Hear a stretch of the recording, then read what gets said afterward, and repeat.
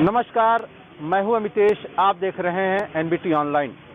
रोजाना की तरह आज भी हम चुनावी सिलसिले में लोगों से बातचीत करने के क्रम में निकले और हम निकलते निकलते पहुंच गए हैं गाजीपुर के आदर्श बाजार में। आदर्श बाजार सदर सीट का इलाका है जो कि मुख्यालय से सटा हुआ है और यहाँ पर अगर बात करें तो यहाँ से कुछ किलोमीटर की ही दूरी पर पौहारी बाबा का आश्रम है। वही पौहारी बाबा जिनके पास विवेकानंद अपने कई सारे आध्यात्मिक अनुभूतियों को समझने और उसे साझा करने गाजीपुर पहुंचे थे।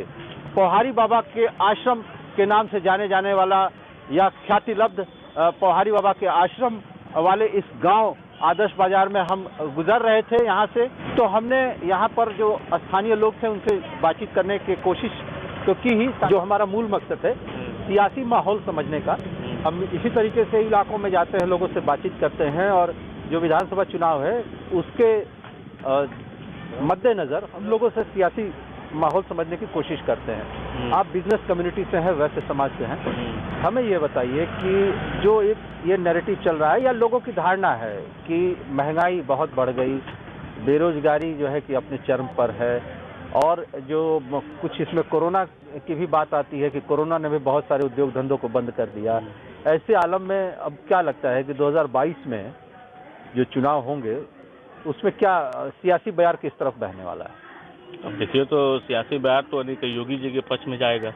हम तो जानते हैं कि योगी जी ने जो फैसिलिटी दी है यहाँ पे गाजीपुर के लोगों को या उत्तर प्रदेश में सारे लोगों को, ये फैसिलिटी ये है कि अनाज में तेल मिल जा रहा, गेहूं मिल जा रहा, चावल मिल जा रहा, चना मिल रहा, नमक भी साथ में मिल रहा है। ये फैसिलिटी बहुत मूल्य चीज़ होती है। और रामलला की मंदिर भी बनी हुई है। मंदिर का लाभ मिलेगा? एकदम एकदम शौक से मिलेगा। जो राम को लाए हैं हम उनको लाएंगे। अब यूपी में फिर से भगवा लहराएंगे। अच्छा, तो आप तो लग रहा है कि पहले से भगवा रंग में रंगे हुए हैं, लेकिन ठीक है, अब ये आपकी अपनी व्यक्तिगत राय है। बेरोजगारी एक बड़े मुद्दे के तौर पे जहाँ भी हम लोग जा रहे हैं लोगों के बीच बातचीत कर रहे हैं, बता रहे हैं कि भाई गाजीपुर में सेना की भर्ती होती थी, लंबे अरसे से नहीं हुई, वैकेंसियाँ निकल रही हैं, या तो वो कोर्ट से स्टे लग जा रहा है या किन्हीं वजहों से नियुक्तियाँ नहीं हो पा रही हैं, टेट की परीक्षा भी पेपर आउट हो गया। तो इसके बीच आपको ये लगता है कि जो आने वाले चुनाव हैं इसमें बेरोजगारी एक बड़ा मुद्दा बन करके उभरेगा? मुद्दा तो उभरेगा ही। सरकार में तो योगी सरकार में भी यानी कि कुछ मिला है सर। पिताजी थोड़ा सा पूछ लीजिए तो अच्छा, चलिए मैं हम लोग बातचीत कर रहे थे तो तुलसी जी के पिताजी बोल रहे हैं, तो बड़े बुजुर्गों की राय को शामिल करना भी बड़ा जरूरी हो जाता है। बाबू जी, ये बताया जाए कि अब तो चुनाव होके कि अब विधायकी वाला। हाँ जी। तो का मुद्दा रही चुनाव में? चुनाव मुद्दा रही मोदी जी के, जो तो सब सही बा, लेकिन मोदी जी के बतिया कोई माना था? मोदी जी के देश विदेश में बाटे जो के कभी नाम ना रहे, जो नाम पैदा कैलन, कितना बाटे जो के चौथा स्थान पर इंडिया आए, लेकिन गाजीपुर के जनता नहीं समझ पा रही है। गाजीपुर में जो भी नेता आया और विकास किया, उसकी अगले इलेक्शन में जमानत जब्त कर दिया गया। जैसे कि कालीचरण पहले आए जनता पार्टी से, उतरते ही बाटे जन की गाजीपुर को डिग्री कॉलेज फलान ढकान सब कर दिए, इतना विकास कर दिए और अगले चुनाव में उनकी जमानत जब्त कर। ऐसा कहाँ होता बाबूजी कि जे काम करावेला वो हार जाला? वजह का बा? वजह बा कि यहाँ की जनता एक राय नहीं है। यहाँ बिरादरी बाहर बहुत चलता है। अब जैसे कि सपा का है तो बात कोई भी कैंडिडेट, एक अंधा भी कैंडिडेट खड़ा हो जाएगा, मुलायम सिंह खड़ा कर देंगे। अच्छा। वो अहिर जितना है कोई फलान ढकान जाति पर अपने जाति पर देंगे। वो ये नहीं कहेंगे कि नेता बाटे जो की खराब है या अच्छा है। मनोज सिन्हा बाटे जो की जितना विकास किया आज तक 70 वर्ष में कोई नहीं किया, लेकिन उनको दूसरे चुनाव में दूध के मक्खी की तरफ से निकाल कर गाजीपुर की जनता फेंक दी। तो बाबूजी, आप ये कर चाहते हैं कि विकास पर ना जात पात पर वोट होता? हाँ, खाली जात पात पर वोट होता गाजीपुर जिला में। अच्छा, तो ये बताइए, आप तो बहुत चुनाव देख ले कब? जैसे जैसे कई गो दल के लोग यहाँ से चुनल गए, विधायक बिना सांसद बिना, एमे आपके का लगत है कि मैंने विकास यही तरह खाली मैंने नेता लोगन के खाली भाषण में रह जाए कि कुछ जमीनों पर उतरी? मनोज सिन्हा ने जो किया सब कोई नहीं किया आज तक। ताली घाट से लेकर के मऊ तक बाटे जन के रेलवे लाइन, गंगा पर पुल बनवा दिए, रेलवे लाइन का इतना विकास किए कि जो चाहिए, लेकिन इसके सिवा उनको अगले चुनाव में नहीं पूछा गया। बताइए सिन्हा जी जो कमवा करीले हुआ ओकर फायदा है विधायकी वाले चुनाव में मिली का ना मिले? का वजह आपे तो कहती कि खूब काम करी ना, काम करे ना, लेकिन अगला चुनाव में बाटे उनके हरा देवल गए। तब का विकल्प बाबू जी जब काम करे वाला? ये बा कि यहाँ जातिवाद ज्यादा चलेला।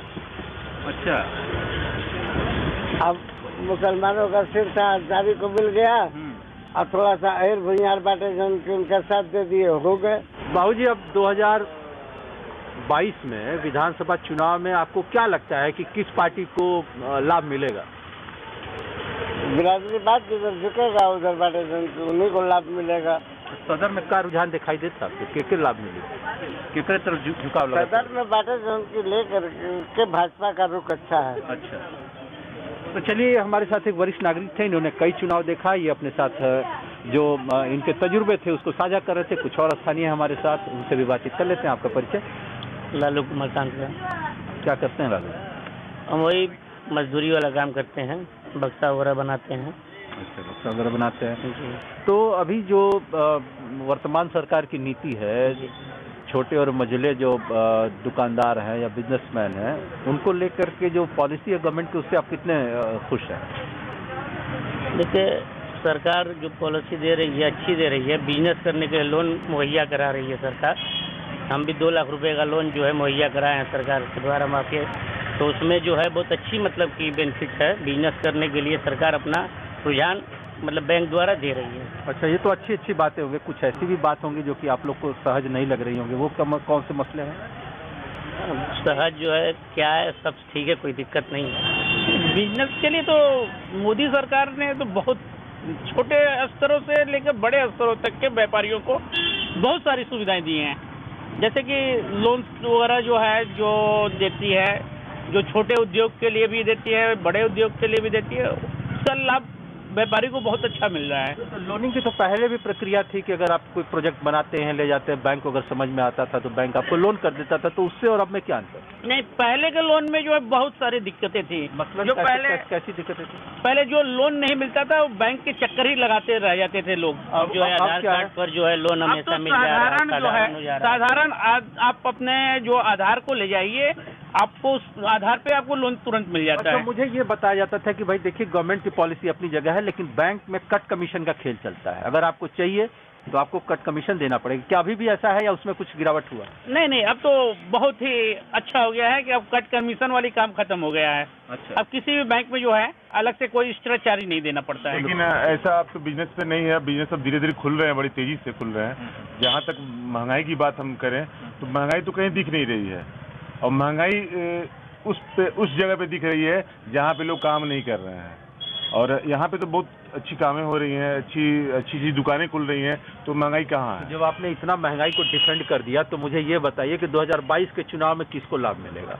सत्तारूढ़ दल को या फिर जो है कि सत्ता विरोधी लहर को झेलना पड़ेगा बीजेपी को? नहीं, हमको तो लग रहा है कि सत्ता दल को ही जो है लाभ मिलने वाला है। सरकार जो है फिर से जो है हम लोग भाजपा को लाने वाले हैं, हम लोग जोर शोर से। अच्छा, एक चीज मुझे फिर बताइए कि ये हमेशा से रहा है कि जो बिजनेस कम्युनिटी रही है वो कन्वेंशनल वोटर रही है बीजेपी का, तो आप उसी माइंडसेट से मेरे साथ बात कर रहे हैं या फिर आप इसमें? ऐसा कोई मैटर नहीं है, क्योंकि मैं राजनीतिक दल से नहीं हूँ, लेकिन कहा जाता है कि काम दिखता है, और काम दिख रहा है तो मैं उसको देख के बोल रहा हूँ कि नहीं, काम दिख रहा है। गाजीपुर में बहुत सारे अच्छे काम हुए हैं, जैसे कि नेशनल एक्सप्रेसवे बना हुआ है, जिससे कि लोग 4 घंटे में गाजीपुर से लखनऊ तक जा रहे हैं। और यहाँ से पहले क्या स्थिति थी कि जो 8 घंटे 9 घंटे लगते थे, तो ये एक व्यापारी के लिए बहुत बड़ा सुविधा मिल रहा है। अच्छा, तो ये सब चीज़ें जो है हम लोग बीजेपी में देख रहे हैं कि बहुत तेजी से बढ़ाव हो रहा है, और हमको लग रहा है कि आने वाले समय में अभी 120 बेड का हॉस्पिटल बन रहा है गाजीपुर सदर हॉस्पिटल। अच्छा, ये लाल दरवाजा मिस्र बाजार में, जो पहले महिला अस्पताल, जो पहले महिला अस्पताल हुआ करता था, आज वो फिर वो रीओपन हो रहा है 120 बेड के हॉस्पिटल। तो काम बड़ी तेजी से हो रहा है, और भी हमको लग रहा है कि सुविधा और बिजनेसमैन लोगों को बढ़िया से बढ़िया मिलने वाला है। चलिए, तो ये थे कुछ स्थानीय लोग आदर्श बाजार में जो कि बिजनेस कम्युनिटी से थे। उनसे हमने 2022 के चुनाव के संदर्भ में बातचीत की। फिर हम ऐसे ही गाजीपुर के किसी इलाके में पहुंचेंगे और वहां के स्थानीय लोगों से बातचीत कर 2022 के विधानसभा चुनाव के संदर्भ में सियासी माहौल को समझने की कोशिश करेंगे। तब तक आप बने रहिए एनबीटी ऑनलाइन के साथ।